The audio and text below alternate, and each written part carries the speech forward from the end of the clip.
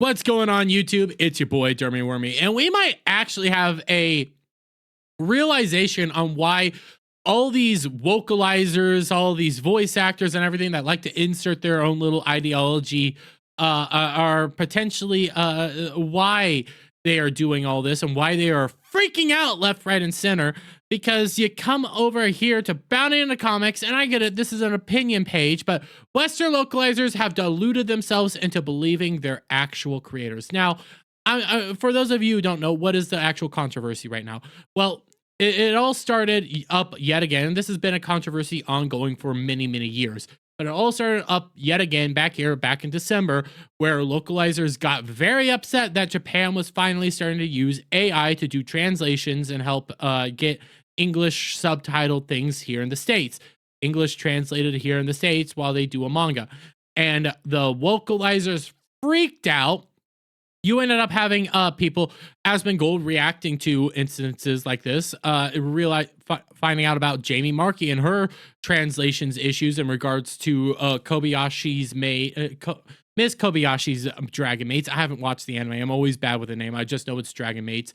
And like what she's done inserting the patriarchy into a moment where it doesn't actually exist, we've been seeing more and more ire turn towards Jamie Markey and how Jamie Markey's been responding. You know, she put out a TikTok the other day saying her response to Asmongold, where she says, well, who actually cares and everything, you know? She's been fighting with people left, right, and center on Twitter, calling them bad faith actors, saying you're not good, you're this, you're that, trying to throw the blame everywhere else but on herself. Well, in this actual opinion piece, when you start scrolling down, it starts saying something pretty interesting towards the very end. But before we get into that, you know, I just want to, you know, read through some of this. You know, he talks about what a translator's job is supposed to be, you know, what your goal is supposed to be. He gives his own version. You know, literal English to of German video games would make for a salad, make a mess. It would turn the whole thing cabbage cabbage and turnips. I can read topsy-turvy. And okay, I'll stop there. What he's doing here is giving you an example that you can't have an overt English to German, Japanese to English, so on and so forth translation, because one-for-one translations aren't good. You're going to have just words that don't translate very well, words that mean something else, words that outright don't make sense. Like, you know what, I had an example and I couldn't remember it off the top of my head. It was like some areas in the rest of the world have words that actually represent feelings, and it's bad. It's a bad example that I was thinking. And a lot of us, you know, purists here, we recognize this. We understand this. Words aren't going to translate well. You have entire words that mean literal gibberish here in America. Okay, that's just the reality. There is no good translation. But because of that, you know, he says it right here. Thus, localization editors have a lot of responsibility, ranging from adapting the text engine to shortening text to avoid bleeds, but most importantly, finding the proper meaning behind each phrase while not compromising the source text. Yes, that is your job. You're supposed to find the perfect way of doing it. You're not supposed to compromise the context. You're not supposed to change things like this. But, you know, they get a little leeway because they kind of have to. While the lack of localization editor can lead to commercial mistranslations, an ideologically driven editor can distort a game narrative, as was done for Sega's Judgment 2018, and a baffling attempt to align with a viral catcalling video to make a scene feel gross for players. And this catcalling video was that walking around 10 hours in New York to get catcalled and everything, what life is like that. And it really wasn't, it was a big bag of nothing. But because of this, because there was an anti catcalling movement going on in this actual video game, they added it in. They added it in, but the original context to the video game was something completely different, because you're supposed to make your character look all pretty and stuff, all nice and fancy. But the actual context ended up being, the contrast lies in the gameplay design. From the music and ambience to the animations, all are crafted to praise the player's choices of makeup and clothing. It is a literal catwalk, not a catcall. So they changed what was supposed to be, a catwalk, showing off, making your character look very attractive, very feminine, very all this and that, because of translation and stuff. They thought, oh my God, this is them catcalling them. This is them saying, oh, you look good. That's a catcall. Oh, we have to make this feel gross and nasty. When in reality, it was actually supposed to help you know what you're doing is good and right. Yeah, yeah. But because of that, you get people saying cultural sensitivity, or as this guy likes to call it, death creativity, which is legitimately it, because a cultural sensitivity is just BS. It's what social justice warriors and all these individuals that want to, add their little ideology there say, well, we're getting away with it when we do this. It's the reason why they do things like this. Viz Media censors lewd dialogue related to, I'm going to butcher this person because I haven't really watched Bleach. Giselle Gawel from Global Localization of Bleach 1000-Year Blood War, where she's supposed to say something revolving a semen and stuff like this, male batter, baby batter, stuff like that. You get that thing like, well, we can't actually say that because that's too lewd, but you're supposed to. That's the original context. No, we can't do that. That's too lewd. We have to censor that. We have to change that. Oh, well, because of that, you're butchering the game. Sensitive gameplay sequence, such as interventions, often reflect the viewer's views of a specific demographic rather than the broader audience. Yes, because they're only changing it for their small little people, The only reason freaking Jamie Markey here inserted patriarchy into the actual show, the comments of patriarchy, was because of her demographic, because of the people that she agrees with, the wokies, the social justice people, everything like that.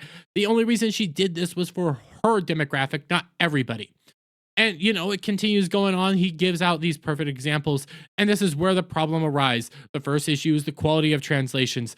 These will range from mere spelling issues to outright nonsensical translations, leading us to the second problem, the localization editors. Their expertise shapes the final product, and their missteps can drastically alter the end product. Yes, we have examples of this even when it's not that bad, and things like Fate Stay Night Unlimited Blade Works, where you have that meme where dead people are dead when they die. Stuff like that. And I'm probably misquoting the actual sub itself. But, you have moments like that. You have things like that. Like, you have those small moments where it's really stupid and you can tell that it's wrong. And then you have the more overt, really, really wrong moments where they're putting patriarchy in where it never was originally, and trying to hide behind other people saying, I never did this, and then trying to misquote it and change it up left, right, and center and then just do every little argument to say that you're just being bad faith when Jamie Markey herself is being bad faith. But why am I pulling this up? Why am I constantly pointing back to how Jamie Markey's acting? Why is she acting like this? Why is this happening? Well, because of people like over in Japan. I brought up these two tweets here. This is a comment of the actual creator of Miss Kobayashi's Dragon Maids, responding, saying how he didn't like what was going on here. You had this individual who wrote in Japan overtly call out America and Funimation and all these studios that are doing this. You have all these comments, these threads abounding in the comics doing this. You had Asmongold, a 2 million sub Twitch streamer. I think it's actually over 2 million subs, commenting on this. This issue is becoming bigger and bigger. And it all comes down to this last little comment here from this guy. This last, second to last paragraph, but this is the most important paragraph. However, there's an upside to all this. It is simple where to put the blame, and both publisher and game developers read comments or scan the internet for feedback. Localization departments and studios collect feedback, and any negative feedback will jeopardize their funding or outright existence. The more negative feedback to the fact that we have vocalizers, the fact that we have these localizers that are changing the context, changing everything outright, butchering the actual show to put their own ideology in. And they always do it in like the more, not niche, more like the less popular, less uber popular animes, like Kobayashi Dragon Maid. Yes, there's obviously a following for that, but it's not equal to, say, My Hero Academia, Dragon Ball Z, or Naruto. So that's where I'm going with this. You get things in like all these little examples here, but the more people start calling out, the more people, point out when they love to come out here and do this. All these vocalizers love to come out here and do this. And the one I always like to focus on, the true ugh, the one I like to focus on, the true joy of localization, really is seeing what you can get away with. The more people that call this out, the more people that scream about it, the more that eyes get put on this, potentially the more Japan's gonna notice this, the more Japan's gonna start going to this AI style where they'll still have an editor make it make sense for America. It's not gonna be a one for one. They are gonna clean it up and make it make sense for us. But the more they're gonna do this, and the more people like Jamie Markey, the more people like all the people that like these guys, the more people that did things all like this across our industry aren't gonna be there anymore, aren't gonna be around. And that's a good thing in the end. That's a really good thing. That's why Jamie Markey's trying to act like this isn't a big deal. That's why you have all these vocalizers coming out and attacking fans and saying it's all the fans' fault. That's why they're freaking out about what Japan's doing, is because they know their days are numbered. And it's about time. It literally is. But I'm going to leave it there, guys. Let me get your guys' thoughts on all this down in the comments below. If you like this video, please give it a thumbs up. Share it up, friends. Hit that subscribe button. Hit that notification bell for every time I put out a new video and go live, guys. And I'll see you all in the next one. Bye for now.